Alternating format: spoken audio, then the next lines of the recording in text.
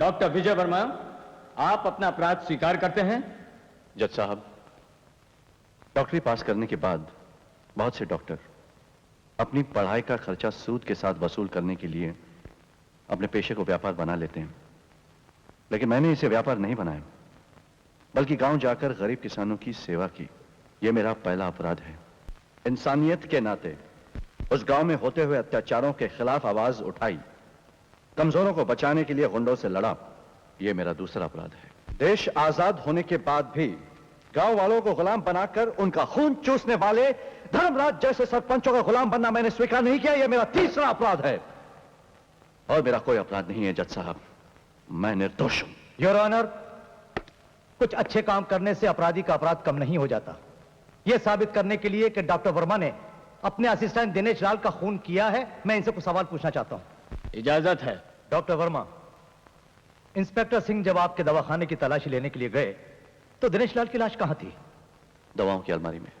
अलमारी की चाबी किसके पास थी? मेरे पास। दवाखाने की चाबी किसके पास थी? वो भी मेरे पास थी। यानी कि दवाखाना बंद था, अलमारी बंद थी और दोनों चाबियां आपके पास थी। तो फिर दिनेश लाल की लाश वहां कैसे पहुंची? बहुत आसान बात है। कैसे? जिस गांव में जिंदा लाशों से काम कराया जाता है, उन पर राज किया जाता है, वहां एक मुर्दा अलमारी में छुपाना कोई बड़ी बात नहीं। आप कहना क्या चाहते हैं? मैं यही कहना चाहता हूं कि दिनेश लाल का खून मैंने नहीं बल्कि धर्मराज ने किया है। आपके पास ऐसा सोचने की कोई वजह है, कोई सबूत है? वजह भी है और सबूत भी है जज साहब। वजह यह है कि श्री धर्मराज जी के आदमी एक गरीब मजदूर रामू को पीट रहे थे।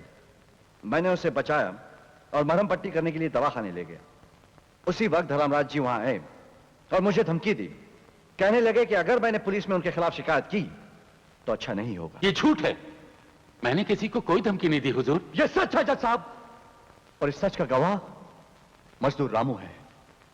बुलाकर पूछ लीजिए। रामू हाजिर हो। हम जो कुछ कही सच सच कही, सच के सिवा कुछ न कही। रामू जी। डॉक्टर वर्मा के असिस्टेंट दिनेश लाल के खून के बारे में तुम क्या जानते हो? डॉक्टर बाबू बहुत अच्छे आदमी है साहिब, पर ये दुनिया अच्छे आदमी का कदर नहीं करता। यहां तक कि इनका पत्नी ने भी इनका कदर नहीं किया। घुमा फिरा के बात मत करो, जो कुछ कहना है साफ साफ कहो। का बताई माई बाप, एक दिन हमरे हाथ में चोट लग गए रहा। डॉक्टर बाबू ने हमरे हाथ में पट्टी बांधा और कहा कि दवाखाने में ही आराम कर लो। हमरा नींद लग गया साहब, और जब हमरा आंख खुला तो का देखा थे कि डॉक्टर बाबू का बीबी और दिनेश लाल। बीवी और दिनेश लाल क्या कर रहे थे? साहब ये बात तो हमका बताने में ही शर्म लागत है। अदालत में शर्माने से काम नहीं चलेगा। क्या देखा तुमने? हमका देखते ही दोनों धड़ से उठ गए और जल्दी जल्दी कपड़े पहनने लगे। नहीं जज साहब, ये झूठ बोल रहा है, इसकी बात पर विश्वास मत कीजिए। क्यों रामू, डॉक्टर बाबू ने तुम्हारी इतनी मदद की, फिर भी तुम ऐसा कह रहे हो? Order order. उसके बाद क्या हुआ? उसके बाद माई बाप हमने जाकर के डॉक्टर बाबू को सच्ची सच्ची सब कुछ बता दिया। फिर डॉक्टर बाबू गुस्से में लाल हुई कवा और दांत किटकिटाकर कहने लगे, मैं उस नमक हराम दिनेश लाल को नहीं छोड़ूंगा। और उसके बाद डॉक्टर बाबू ने दिनेश लाल का खून कर दिया और उसकी लाश को उठाकर के अलमारी में छिपा दिया। That's all, Your Honor. Doctor Verma, आपका गवाह आप ही के खिलाफ बयान दे रहा है, इस बारे में आपको कुछ कहना है?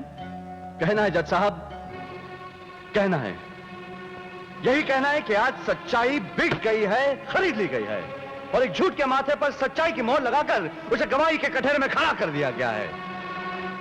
मगर मुझे इस बात का अफसोस नहीं कि मुझे खूनी साबित कर दिया गया है, लेकिन इस बात का अफसोस और दुख जरूर है कि भरी अदालत में मेरी आंखों के सामने मेरी पत्नी को, मेरी गंगा जैसे पवित्र पत्नी को बच्चन कहा गया है, उस पर कलंक लगाया गया है और मैं खड़ा देखता रहा, कुछ न कर सका। जज साहब, वो पति जो अपनी पत्नी की मर्यादा की रक्षा नहीं कर सकता, उसे जिंदा रहने का कोई अधिकार नहीं। इसलिए मैं सारे गुनाह कबूल करता हूं और आपसे हाथ जोड़कर प्रार्थना करता हूं कि मुझे जल्द से जल्द मौत की सजा दे दीजिए।